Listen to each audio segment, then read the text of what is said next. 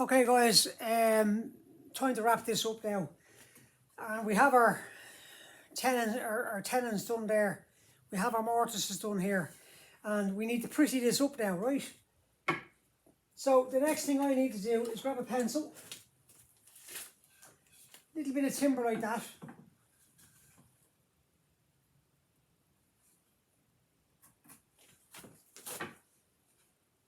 Hold it tight against the shoulders. Okay. And we'll form an arc. We'll form an arc there now. And we'll take that out with the spoke head. Right? That's our next job. So here we have the arc. And this is how I done the arc. I put a metal rule in between a quick release clamp and gives us our arc. Okay. Very quickly, I'm just going to cut down to roughly the line.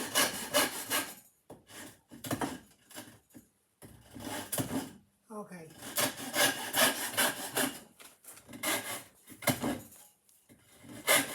Four.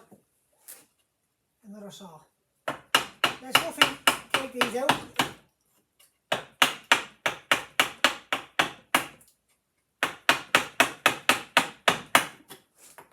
We'll get a spoke shape.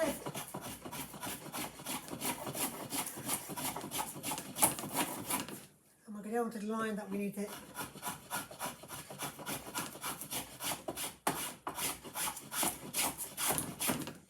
And there you have it.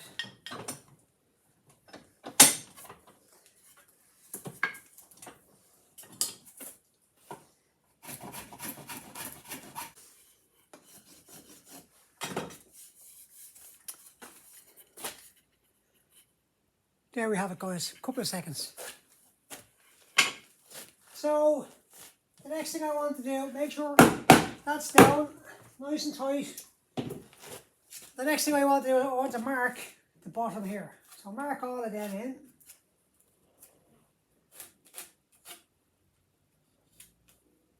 And now that I have them set up,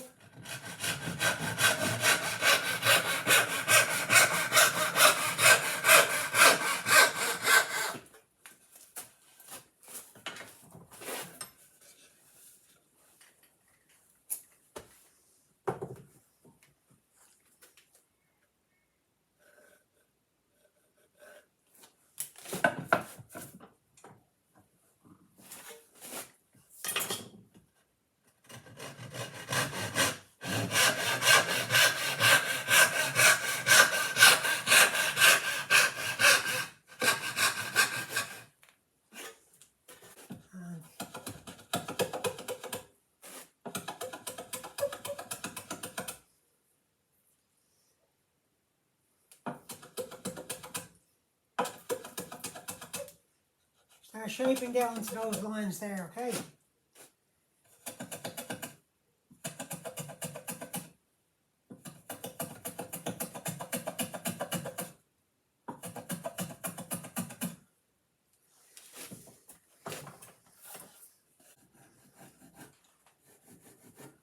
Start rounding over.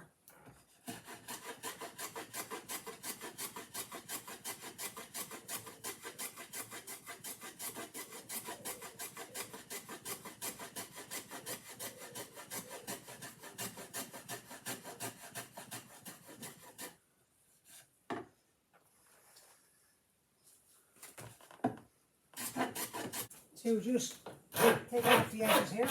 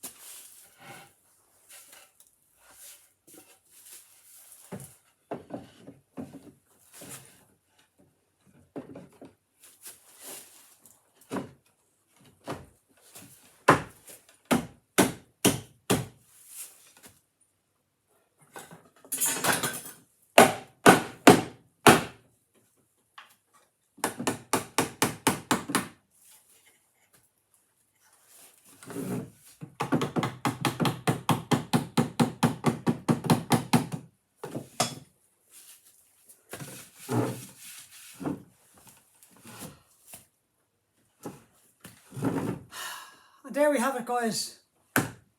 One finished stool, mortise and tenon by hand.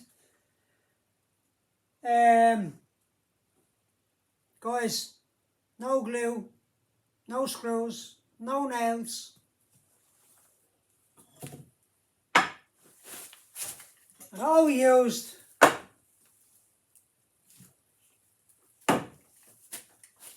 was a few traditional hand tools.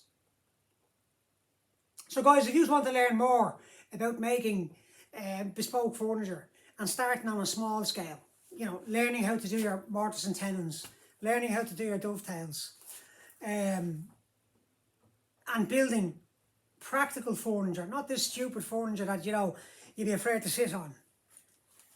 Practical furniture. There's no sandpaper on this, and there won't be any sandpaper on this. This is it. Final. Little bit of a card scraper. I'll scrape it later on. I'll apply a finish. I don't know what finish I'm going to put on it because Danish oil takes too long. 8 hours between the coats. Wood duck, absolute shit. I wouldn't use it. And, you know, all the other oil finishes. There's lacquer, of course. You could use lacquer. You know, not really keen on lacquer. So, trying to experiment with different finishes. Although Danish oil is my favourite, but it's just the length of time it takes for it to dry is the downside to Danish oil. Anyway, guys, from an Irish woodworker story, I'm Phil Gaynor. It's the 22nd of August, and it's exactly 10 to 8 in the evening, and I have finished this. This has been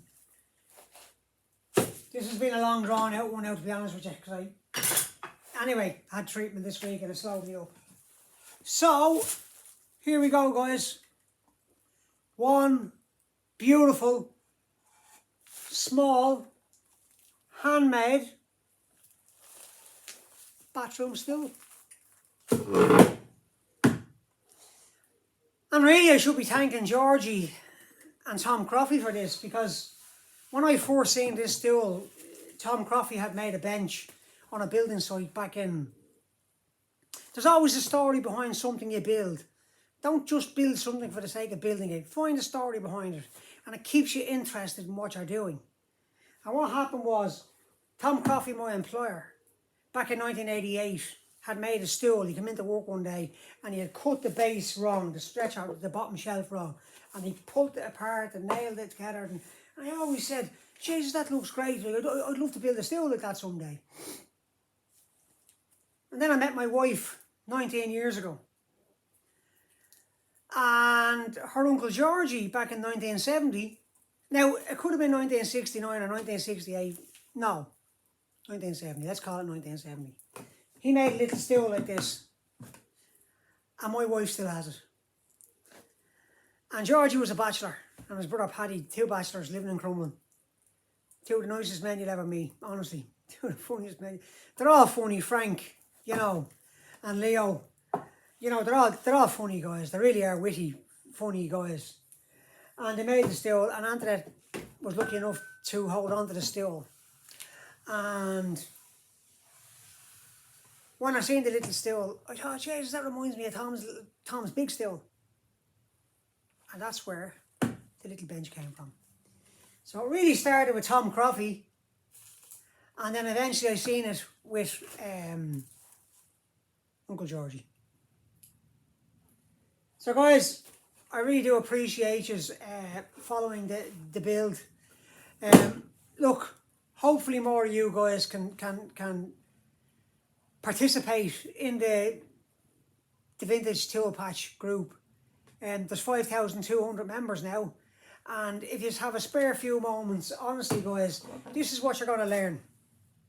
Not only are you buying the best quality tools that are out there, and I mean the best quality tools, British made, USA made, you know, German made. These guys bring you the best of quality at a very reasonable price, okay, on an auction. And it's only because of them that I'm able to build up my arsenal of tools here and build these lovely stools. So like I said, from an Irish woodworker store, I'm Phil Gaynor. Check out the Vintage Tool Patch. And guys, look out for more great builds, yeah?